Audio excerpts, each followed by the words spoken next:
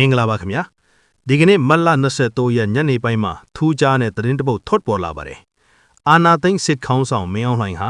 ခါယိုစစ်ပေါင်းယောဂကြောင့်အိန္ဒိယနိုင်ငံကပါရဂူရီနဲ့အရေးပေါ်ခွဲစိတ်ကူတမှုခံယူခဲ့ရတယ်လို့စစ်ကောင်စီဘက်ကသတင်းထုတ်ပြန်လိုက်ပါတယ်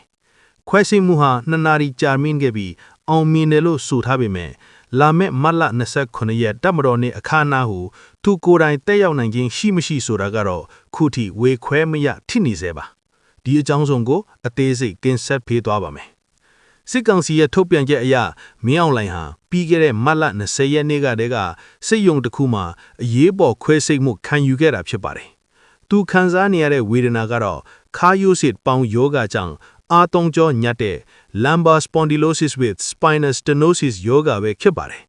ဒီခွဲစိတ်မှုကိုမြန်မာနိုင်ငံကဆေးတပ်ဖွဲ့တွေအပြင်အိန္ဒိယနိုင်ငံကအထူးကုပါရဂူကြီးတွေကိုယ်တိုင်ပါဝင်ကုသပေးခဲ့တယ်လို့သိရပါတယ်ခွဲစိတ်ချိန်စုစုပေါင်း2နာရီနီးပါးကြာမြင့်ခဲ့ပြီးလက်ရှိမှာတော့ခွဲစိတ်မှုအောင်မြင်တယ်လို့သတင်းထုတ်ပြန်ထားပါတယ်ဒါပေမဲ့နိုင်ငံခြားဆရာဝန်တွေကိုအရေးတကြီးခေါ်ယူကုသရတဲ့အထိအခြေအနေကစိုးရင်ရသလားဆိုတဲ့မေးခွန်းတွေလည်းထုတ်ပေါ်နေပါတယ်ဆေးပညာရှင်တွေရဲ့အဆိုအရဒီလိုခါယိုစစ်ခွဲစိတ်မှုမျိုးဟာခွဲစိတ်ပြီးတဲ့နောက်ပိုင်းအနားယူဖို့အချိန်အတန်ကြာလိုအပ်လိမ့်ရှိပါတယ်အထူးသဖြင့်မတ်တက်ရတာလမ်းလျှောက်တာမျိုးကိုအကန့်အတတ်နဲ့သာလှုပ်ဆောင်နိုင်မှာပါဒါကြောင့်လဲလာမယ့်မတ်လ29ရက်နေ့မှာကြာရောက်မဲ့တပ်မတော်နေ့စစ်ရေးပြအခမ်းအနားမှာမင်းအောင်လှိုင်ကိုယ်တိုင်မိန့်ခွန်းပြောကြားနိုင်မှာမလားဆိုတာလူတို့ကစိတ်ဝင်စားစွာစောင့်ကြည့်နေကြတာပါစစ်ကောင်စီရဲ့ထုတ်ပြန်ချက်ထဲမှာတော့သူ့ရဲ့ကျမ်းမာရေးအခြေအနေကြောင့်အခမ်းအနားတက်ရောက်နိုင်မှုရှိမရှိကိုတော့တစုံတရာဖော်ပြထားခြင်းမရှိသေးပါဘူးလက်ရှိမှာတော့စစ်ခေါင်းဆောင်ဟာအိန္ဒိယဆရာဝန်တွေရဲ့စောင့်ကြည့်မှုအောက်မှာဆက်လက်ရှိနေတယ်လို့ယူဆရပါတယ်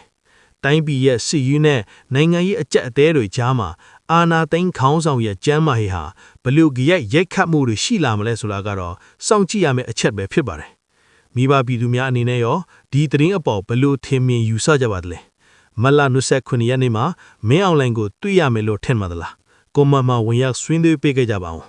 အခုလိုသတင်းတွေကိုနေ့စဉ်သိရှိနိုင်ဖို့ကျွန်တော်တို့ရဲ့ channel ကိုလည်း subscribe လုပ်ထားကြပါအောင်ခင်ဗျာကြည့်ရှုပေးကြတဲ့အတွက်ကျေးဇူးတင်ပါတယ်